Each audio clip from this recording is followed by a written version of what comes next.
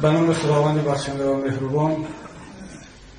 الحمدلله و صلات و سلام علی رسوله محمد صلی الله علیه و علی آله و اصحابه اجمعین.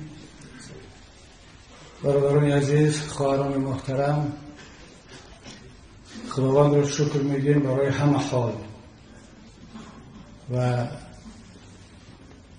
یک بنده مؤمن، یک بنده مسلمان باید که شاکر باشد، خداوند را شکر بگوید برای هر دقیقه نفس کشیدن، برای هر حالت، برای هر نعمت و مصیبتی که بالاش میآید. و خوبی ما مسلمانان در همین است که در همه حالت بور داریم. اگر به نعمت‌هایش شکر کردیم بور داریم، اگر به روزهای دشوارش صبر کردیم اونش هم برد هست. مسلمان و مؤمن هیچگاه باخت ندارد در هیچ حالت. بنابراین من حالا که نمیدونم شما در این تالار چی گفتید قبل از آمدن من اصلا خبر ندارم که برادران چی گفتن. فقط دو جمله بانگو سید عمر رو شنیدم. مشغول مصاحبه با روزنامه‌نگاران و با کارشناسان بودم بیشتر.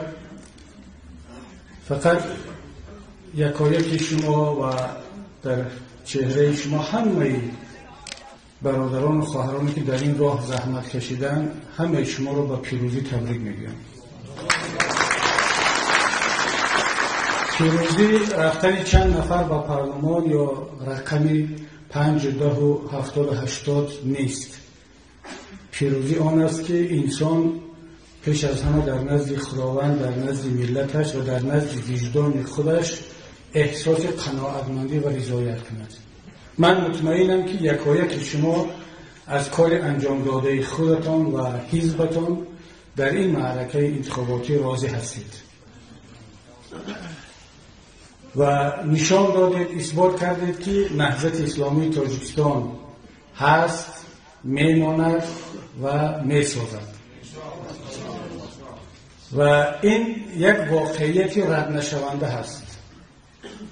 شما این واقعیت رو با وجود آوردید، اثبات کردید و خدا را شکر میگیم که ملت هم به شما جواب داد. اگر امروز اعلام میکردن که حتی 0.5% رای به نهضت اسلامی تاجیکستان دادن، حالا 1.5% اون طرف است.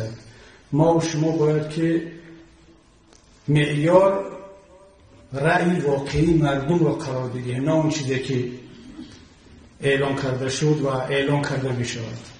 انشاءالله که در آینده نزدیک ما بهای نهایی خود را در سطح شورای سیاسی و ریاست عالی حزب به این انتخابات ها خواهیم داد. یکی از ویژگی حزب نهضت در اون است که هیچگاه در هیچ حالت در زمینه احساسات و سراسیمگی تصمیم نخواهد گرفت، بهاگذاری نمی کند و ما محض همین سیاست ما که از زمان استادان مرحوم سید عبدالله نوری و استاد محمد شریف مازاده و تمام بزرگانی که در تأسیس دادن و در رشد این حزب سهم داشتن، یکی از ویژگی‌های سیاستشون همین بود که همیشه تصمیم‌های جدی را در حالت آرامی و ثبات می‌گرفتند و نتیجه خوب هم می‌داد. ما و شما انشاءالله که این وضعیت را باید خونسردانه بهاگذاری کنیم و همیشه معیار برای ما و شما باید پیش از همه رضای خداوند، رضای ملت و منفعت‌های کشور عزیزمان باشد. نهضت اسلامی تاجیکستان تأسیس داده شده است به خاطر این ملت. ملت برای یگان حزب و یگان شخصیت نیست، بلکه همه ما و شما برای این ملت و این کشور هستیم. بیهوده ما شعار پیش از انتخاباتی خود را ما برای تاجیکستان و تاجیکستان برای همه انتخاب نکردیم. کشور ما برادران و خواهران عزیز امروز از همه وقت دیگر بیشتر نیاز به ثبات داخلی دارد. عامل‌های زیادی تهدید کننده در اطراف هستند. منطقه ناآرام هست. بحران‌های زیادی اقتصادی و اجتماعی دامنگیر منطقه شده ایستاده است. شاید که در آینده نزدیک سطح بیکاری می‌افزاید، قرب روبل ملی، اسعار ملی، پول ملی روز به روز پایان رفته ایستاده است. تمام عامل‌هایی که امروز در کف دست داریم متاسفانه برای ما یک آینده آسان را نشان نمی‌دهند، برعکس یک آینده دشوار را نشان داده ایستادند. برای آنکه ملت ما، کشور ما از این بحران‌ها بیرون شود نیاز به یک ثبات داخلی داریم. ثبات داخلی همون وقت به دست می‌آید که بین حکومت و مردم، رعیت همدیگر فهمی و احترام طرفین وجود داشته باشد. امروز با ما و شما 56 یا 58 هزار آواز اعلام کردند.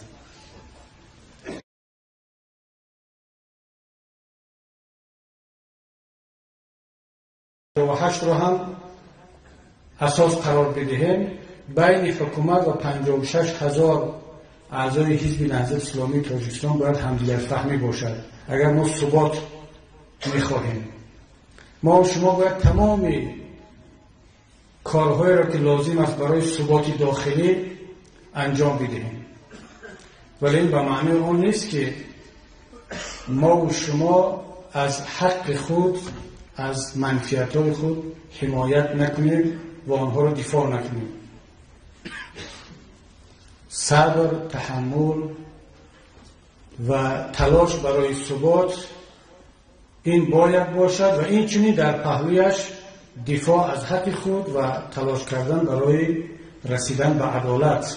قانون این همه را معین کرده است، پیش بینی کرده است، راه را نشان داده است و انشاءالله رهبریت حزب، مسئولین حزب باید که قدم به قدم در چارچوب قانون تلاش کنند که حق هر یک اعضای حزب نهضت اسلامی تاجیکستان و طرفدار حزب رعایت شود و برقرار شود. من در کنار آن که پیروزی رو به یکایک شما تبریک گفتم، به همه شما تشکر میگم برای زحمت‌هایی که کشیدید. به نامزدها، به شخصان با اعتماد، به ناظران، تبلیغگران، بخصوص به خواهران و برادران جوان که بار اول به معرکه انتخاباتی همین سال وارد شدند، برای آنها می‌دانم که از همه دشوارتر است. کسانی که تجربه دارند در فعالیت سیاسی این پستی و بلندی ها را دیدن. حالا ژورنالیست روزنامه‌نگار از من سوال کرد که برای چی قدر آرامید؟ 5 سال پیش گفتم یک واکنش‌های کمی احساساتی می‌نموده. گفتم چون که 5 سال پیش 5 سال جوانتر بودم و زندگی حیات انسان رو با تجربه می‌کند و خود زندگی خودش یک مکتب است. بعد از 5 سال اگر با ما گفتم این سوال را دید، شاید که باز حالت دیگر را خواهید دید. من میدونم کسانی که تجربه دارید در انتخابات ها و قبل از انتخابات هم در مبارزه های سیاسی این حالت را آرامتر و آسانتر، سبکتر تحمل میکنید. ولی از همه دشوار برای نسل جوان است که به رهبریت کشور باوری دارد، به قانون باوری دارد، انیخترش بگیم داشت، به عدالت و به حقیقت و شفافیت باوری داشت و تمام نیرو و آرزویش را صرف کرد. ما و شما باید زحمت بکشیم، تلاش کنیم که این نسل جوان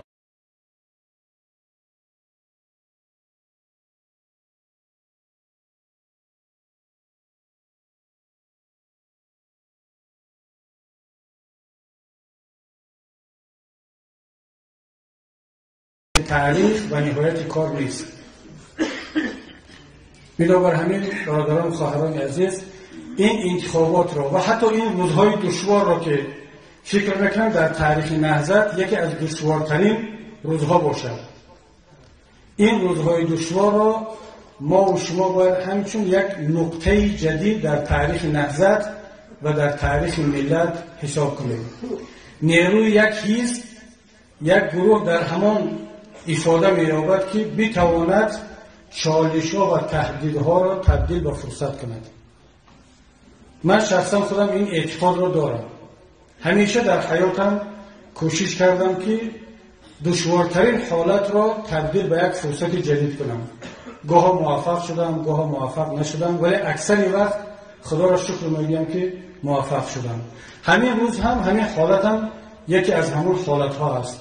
شاید بسیارا فکر کنند که رئیس حزب دارد ما را آرام میکند، با نصیحت و فهمانده دادن و میخواهد سبک کند درد را، علم را، شدت را و خوشبینانه صحبت میکند. من به این خاطر این صحبت ها رو نکرده ایستادم. جای نصیحت و جای آرام کردن و همدردی کردن جای دیگر است. حالا من واقعیت ها را گفته ایستادم که آن را حس میکنم. از اون تجربه کمی سیاسی و مسئولیتی که داشتم اینها رو دیده ایستادم. شرایط جهان را تا حد میشناسم، شرایط منطقه را میشناسم، شرایط کشور را میشناسم. با مسئولین متخصصین صحبت میکنیم، تحلیل میکنیم. من باور دارم که برای نهضت اسلامی تاجیکستان روز اول یک مرحله جدید هست. مرحله بسیار خوب است. هر انسان و هر نیرو نیاز به یک تکان دارد. تا اگر اون تکان رخ ندهد، انسان شروع به اصلاح و تغییر و تجدید نمی کند. همین روز، همین نتیجه که اعلام کرده شد برای ما و شما یک روزی تکان هست. روزی هست که باید فکر کرد، تحلیل کرد و برای یک آینده بهتر و خوبتر هم برای کشور، هم برای ملت و هم برای نهضت اسلامی تاجیکستان طراحی‌های جدید را معرفی کرد. من در یکی از صحبت‌هایم گفته بودم که ناوابسته از آن که انتخابات به چین انجامد، نهضت اسلامی تاجیکستان چند طرح جدید برای ملت دارد. مردم در اون وقت درباره برنامه پیش از انتخاباتی صحبت می‌کردند. ما نهضتی‌ها درباره برنامه بعد از انتخاباتی صحبت می‌کردیم. گفتم همه درباره برنامه پیش از انتخاباتی صحبت کنند. ما و شما باید درباره برنامه بعد از انتخابات صحبت کنیم. یکی از طرح‌هایی که ما و شما باید به ملت معرفی کنیم همون طرحی که قبلا داشتیم، مکالمه ملی ولی در صفت نو. موضوع مشخص باید داشته باشد این مکالمه.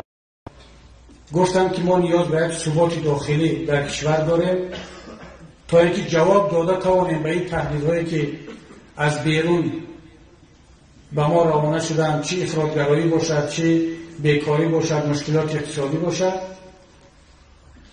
ولی این ثبات ملی باید در نتیجه یک مکالمه آشکار و شفاف بین تمام قشرها راه اندازی شود.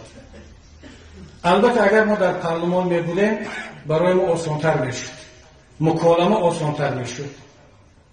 اگرچه وقت زیاد فعالیت پارلمانی میگرفت ولی مقام و منزلت حزب نهضت اسلامی تاجیکستان، مقام رسمیش امکانی وسیع‌تر برای مکالمه را میداد. ولی هنوز هم فرصت وجود دارد. هنوز هم ما باید مکالمه بین نهضت و قشر علما، بین ما و روشنفکران، زیایان، بین ما و حکومت و تمام قشرهای جامعه را هر چه زودتر باید که شروع کرد. ما نیاز به آن داریم که چهره واقعی اسلام را به مردم معرفی کنیم. تا این روز الحمدلله که معرفی کردیم، ولی از نو باید که تلاش کرد، کوشش کرد و یکی از طرح‌هایمان همین است که باید در نزدیکترین وقت میز گرد دعوت کرده شود و میز گرد دعوت کرده شود، تمام متخصصین شرکت کنند، از شورای علما، از وزارت‌های قدرتی، از حزب‌های سیاسی، دانشمندان ساحه حقوق، سیاست و در مسئله بودن یا نبودن ضرورت یک حزب دینی در کشور مثل تاجیکستان باید مشورت و صحبت شود. نهضت اسلامی تاجیکستان برای ملت لازم بود، در قانون اساسی جا داده شد و تا امروز الحمدلله فعالیت کرده ایستادیم. حرف اول و آخر را ملت میزند. یک مرتبه ملت در نظرسنجی در رفرندوم این رأیش را گفت، در کنستیتوسیون ثبت شد. باز هم ملت رأی خود را در آینده خواهد داد. اما یک مسئله هست که باید اینجا بگیم و به دقت مسئولین هم برسد، در مسئله حزب نهضت اسلامی تاجیکستان سراسیمه نشوند. نهضت خودش اگر لازم شد تصمیم میگیرد، ملت تصمیم میگیرد، ولی نباید سراسیمه شد. زیرا حادثه ها در جهان زود تغییر یافته ایستادند، در منطقه هم. بعد یک وقت ضرورت به نیروی مثل نهضت پیدا می شود که دیر می شود اون وقت، و حتما این گونه ضرورت برای نیروی سیاسی مثل نهضت در جامعه هست و خواهد ماند. زیرا تهدیدهایی که از طرف افراطگرایان هست، از طرف داعش، از طرف القاعده و گروه های دیگری که در صحنه امروز در نتیجه سیاست های نادرست جهانی با وجود آمدند، اینها برای ملت، برای اسلام تهدیدند. هیچ حکومت به تنهایی نمیتواند پیش راه این تهدیدها را بگیرد، مگر اینکه تمام ملت با تمام حزب و حرکت ها و قشرهایش در همکاری باشند. برادران و خواهران عزیز، من طولانی صحبت نمی کنم و وقت زیاد شما را هم نمیگیرم، چون بسیارتون از منطقه‌های دور آمدید، با چه دشواری ها آمدید. میدونم که یک قسم زیادی از مردم حالا در راه هستند، یک قسم دیگر اجازه آمدن پیدا نکردند. و من از شما یک خواهش دارم، وقتی که برمیگردید به منطقه های خود و نزد برادران و خواهران، اولین پیامی که میرساند این تشکر و مینه‌داری رهبریت حزب است. خواهش شما را برساند که هیچ وقت به احساسات داده نشوند، آرامش و ثبات را در همه حالت و قانونیت را در همه شرایط رعایت کنند. ما و شما حق یک قدم بیرون برآمدن از قانون را حتی در دشوارترین حالت هم نداریم.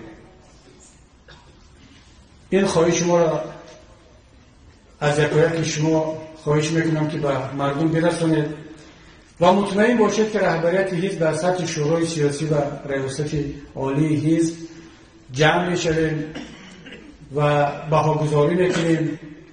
موقع خود را و موقع شما را نسبت این انتخابات معین خواهیم کرد، اعلام خواهیم کرد و هر تصمیمی که در سطح شورا گرفته شد به یکایک شما میرسد و مطمئن باشد که تصمیم‌های ما همش، حتی تصمیم‌های اعتراضی هم، قدم‌های اعتراضی هم در چارچوب قانون با نظرداشت منفعت دولت و ملت و اعضای حزب گرفته می‌شود. شما ناراحت نباشید از این وضعیتی که با وجود آمد، اگرچه با گفتن آسان است که ناراحت نباشید، ولی همیشه این آیه کریمه رو در ذهنتان باشد که از فیض بالله عسى ان تکرهوا شیئا و هو خیر لکم. گاه شما پدیده را، چیزی را ناز نمی‌بینید، براتون بسیار ناخوشایند هست، ولی بدانید که در اون برای شما نیکی ها نهفته هست و انشاءالله که در همین حالت هم حکمت‌هایی هست که ما و شما پس پرده رو بعداً وقتهای دیگر خواهیم دید. خب اینجا سوال آمده است، نمیدونم آیا جاش هست، چون نشست مطبوعاتی نداریم که اینجا سوال جواب کنیم. به هر صورت رئیس کننده جلسه با ما داد، مجبور میخوانیم.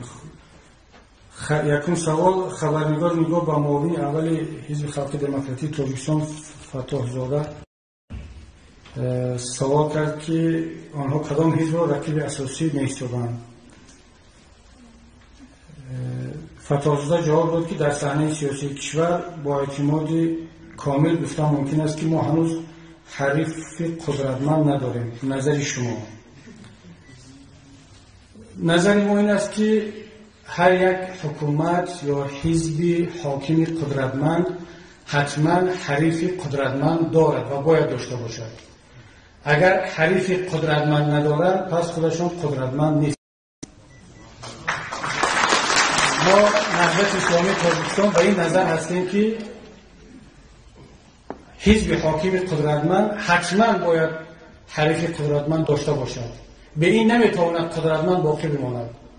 چون یک ورزشگر در صحنه ورزش همون وقت قدرتمند باقی میماند که حریف قوی داشته باشد و استیمول برای مشق کردن داشته باشد. برای خود را در فرم ورزشی نگه داشتن همیشه باید رقیب قوی داشته باشد. اگر رقیب قوی را نمیبینند پس به خودشان یک بار نگاه کنند که آیا قوی هستند یا ضعیف. نظر شما نسبت سخن رحمت الله ظاهروف اسلام پاک است و آن را به سیاست آلوده نمی کنم. واقعا این جملهشون بسیار درست است. اسلام پاک است، نباید اسلام را با سیاست آلوده کرد. باید کوشش کنیم که سیاست را با اسلام آلوده کرد. سیاست را باید رنگ و بوی اسلامی داد، رنگ و بوی دموکراتی داد، انسانی داد.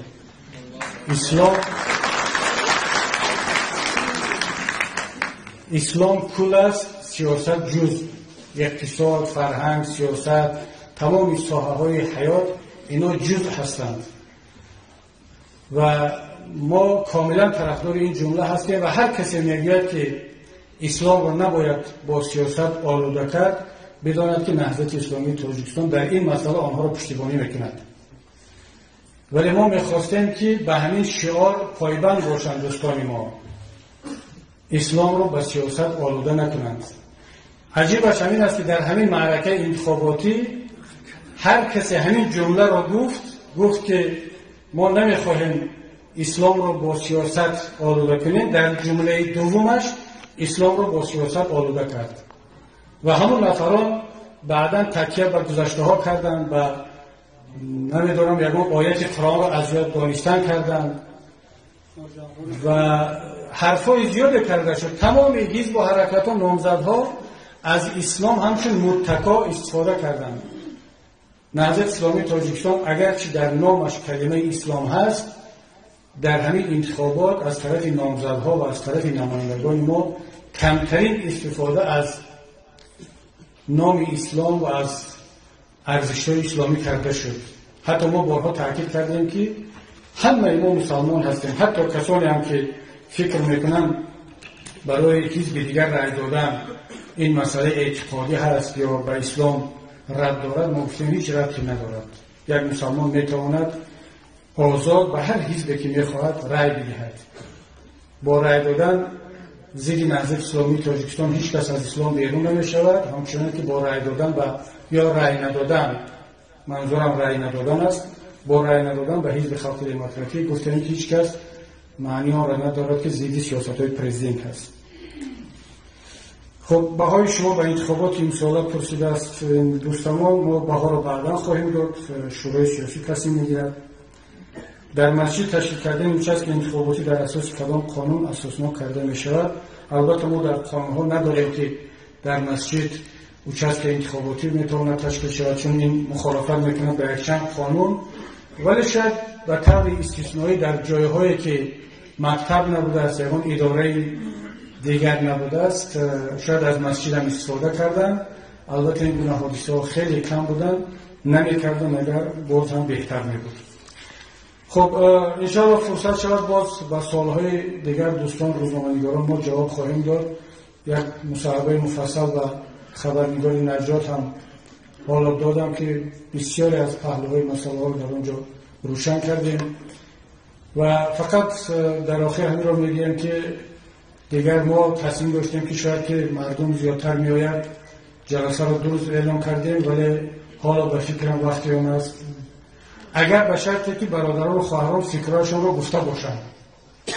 من نمیدونم حالا همه گفتن جلسه رو به همین خاتمه ببخشیم یا اینکه چون من از نصف جلسه آمدم حالا در جریان کار نیستم که جلسه تا این لحظه چگونه مدیریت شد و به چه نتیجه رسیده.